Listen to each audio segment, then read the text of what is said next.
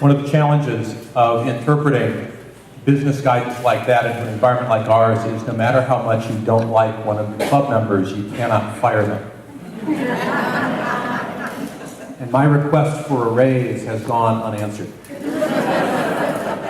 I'm Tom Cox. I'm a management consultant. Some of you know me. I've taught some classes here for Toastmasters before. My background is that I teach leadership in the business world.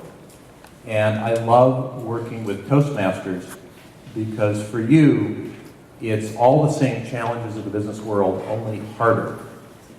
Because rather than having a carrot and a stick, there's no stick. So the challenge you have is to figure out, how do I get the traction that I need to get Fred to go on to Easy Speak and mark whether or not he's going to come to the meeting. To get somebody to step out of their comfort zone and pick up the slack, because when one club member is slacking off, it falls on everybody else to do more. And the people who end up doing more all look to you in your leadership role and say, why are you letting this happen to me? Because you're in a leadership position. And therefore, whatever happens is in some ways your fault in the eyes of the followers. On your seat is a handout. And I'm going to leave the lights off for now, because I'm about to show you some slides that are going to illustrate this. But you'll see it has my last name, Cox, in enormous letters in the upper right corner on both sides. This is how you know it's the one that I want you to be looking at.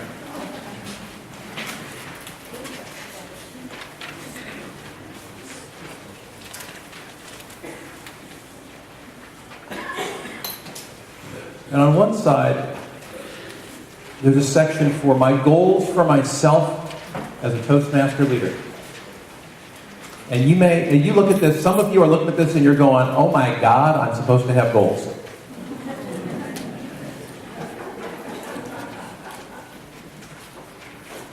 And for some of you, it's worse. I had goals once and it didn't go well. I'm not doing that again. And here's the challenge for you, is that if you have goals, you are at terrible, terrible risk of missing them and feeling bad. But two things happen when you don't set goals. Some of you know what one of them is. Nothing happens, right? You make great progress on your no goal. But something worse happens when you're a leadership figure in a club and you don't set a goal. And what is that? You're leading by example. And neither do they. And neither do they. So I want you to take 30 seconds and contemplate this terrifying little blank space. My goals for myself as a Toastmaster leader. And I want you to think of what you might put in there. You don't ever have to share it with anyone. Feel free to write in code. But write something.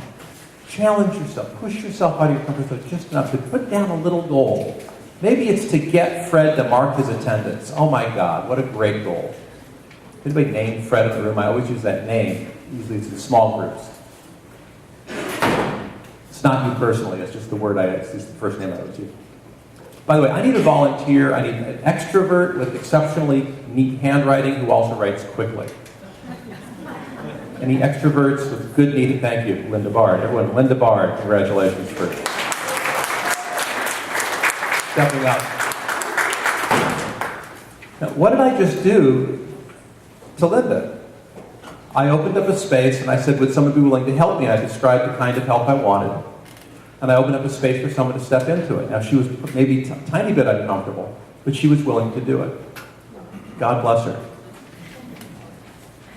Linda Bard, by the way, a member of Toastmasters for Speaking Professionals and an extraordinary professional voice talent and one of the best storytellers I know.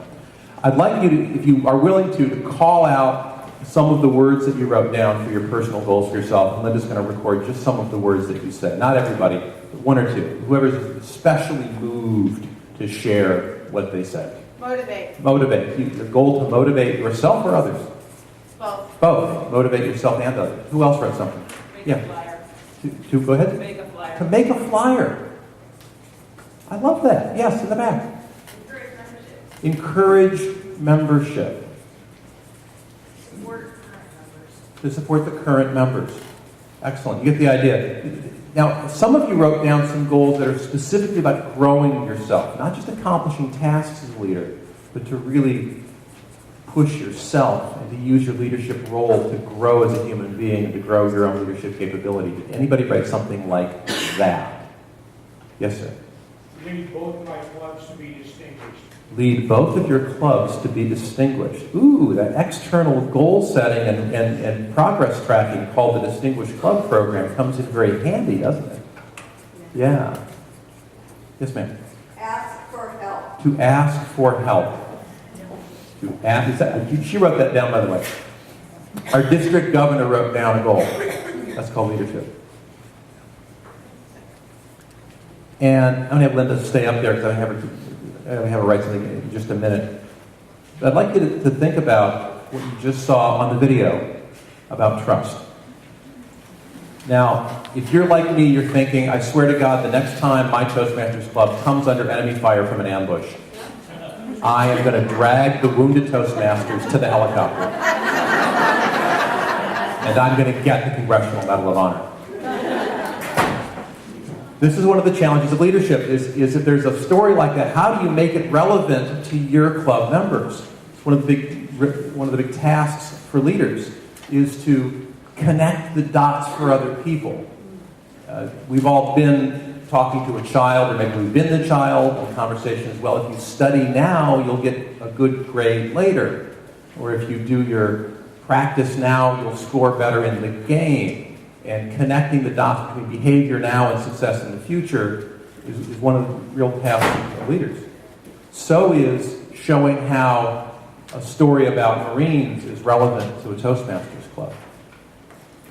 Now, this is the brain. It's where trust lives. And the way you're going to get your clubs to succeed, of course, is by asking for help and motivating your club members to step up and do a large part of the work that needs to be done. If you do it all for them, you're not helping them.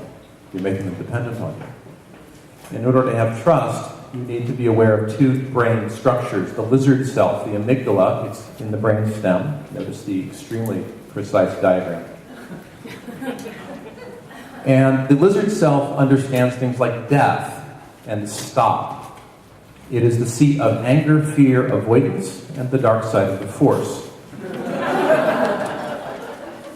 Have any of you ever had a meeting where one or more of your members had their lizard self come out? Yes. Maybe it's been you. Yes. Maybe it's been someone, or you've watched it happen, or they're being a lizard toward you. By the way, you're a leader. That makes you a transference object. Anything that happens is now your fault. And in fact, they expect you to behave like their last boss because you're a leader, and they're just going to overgeneralize and treat you like their former boss. You'll get a lot of this directed at you when you're a leader, and if you come from this place as a leader, you will create fear and avoidance in others.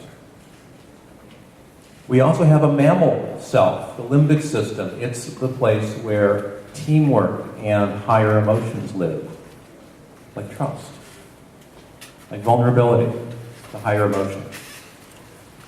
A well-functioning Toastmasters club is operating primarily from here, but the mammal self can only be active when the lizard part of the brain is quiet, when it is slumbering.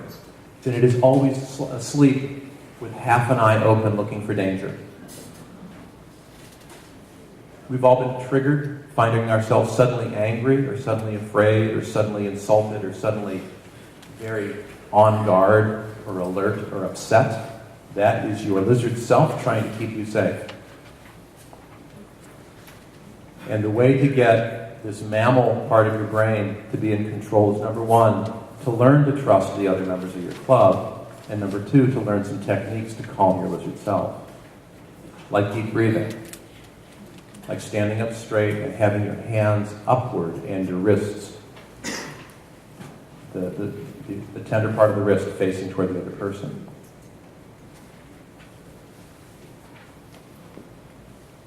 Now, I would love for your club to be at the high end of the relationship range. And we know how to measure this, right? We have the Distinguished Club program. You've got your own goals for your club on what makes your club successful. And a lot of you wrote down goals for yourself that involve that. Having a high-performing club, right? Results. People completing manuals, getting a Distinguished Club Award. Then there's also the relationship axis. These are completely independent axes. You can have a high results club with bad relationships or good. You can have a low